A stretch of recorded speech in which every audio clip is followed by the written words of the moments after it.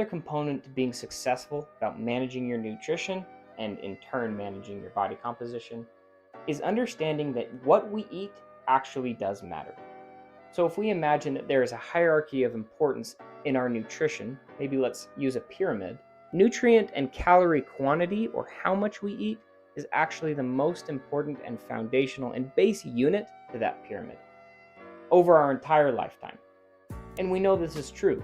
The number one correlating factor to the people who die here in the United States on a yearly basis, heart disease, diabetes, and cancer, is related to those who are overweight or obese, meaning they've been in a caloric surplus for too long and then become diseased.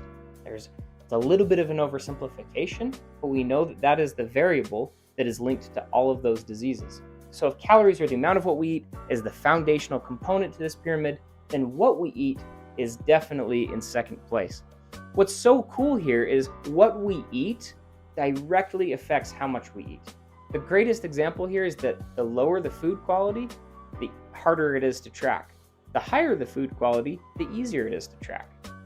For example, it's easy to track chicken breast or chicken thighs with, some basmati rice, some roasted vegetables, some cheese, and some kind of sauce or something that goes with that.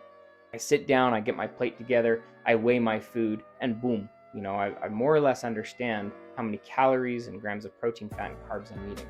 However, lower quality foods are a lot harder to track. It's a lot easier to just walk by the counter, grab an Oreo or two, have a conversation with someone, walk by again, have an Oreo or two, and do that a few times, and then be like, holy cow, I had 5 or 6 Oreos, when in reality you had 10 or 12.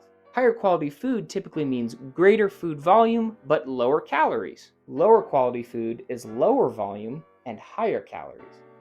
So what's an easy way to kind of break this down? Well, I define food as anything that you can kill, anything you can grow, and anything you can harvest.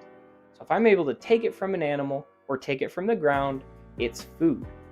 If it's not that, it's not food. It's a product. Now, products are not all evil. Okay, there's a spectrum to products. We've got Oreos and Cheese Whiz at the bottom end of this product. We'll call those red light products. Okay, they represent food because they have calories, but they offer hardly any nutritional value.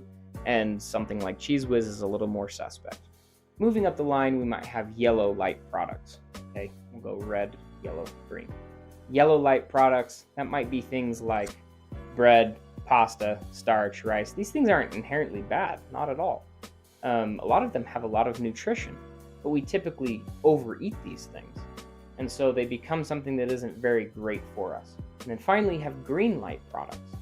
Okay, those are things that definitely resemble food because they have calories and because they have a higher nutrient profile. And again, this is specific to our relative existence. If I was stranded on an island, Oreos, Cheese Whiz, bread, pasta all day long. It's not a lot of food, but high calories.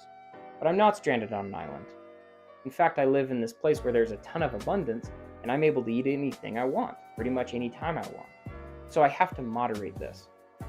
Back to green light products. So green light products, for example, would be things like whey protein powder or canned black beans or tuna. Beans come from the ground, but they've been a little bit processed. Tuna comes from an animal, but it's been a little bit processed. There's no inherent issue with that processing that's worth discussing.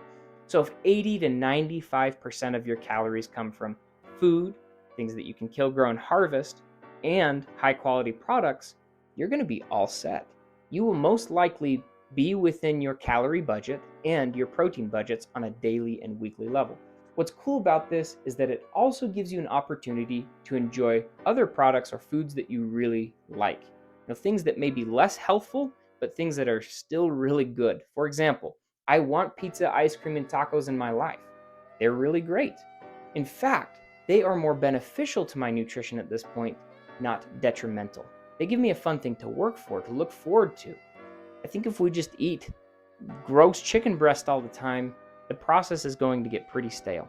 So let's remember, 85 to 95% of your calories ought to come from food and high quality products. The other portion of your calories will come from foods and products that are more fun to you.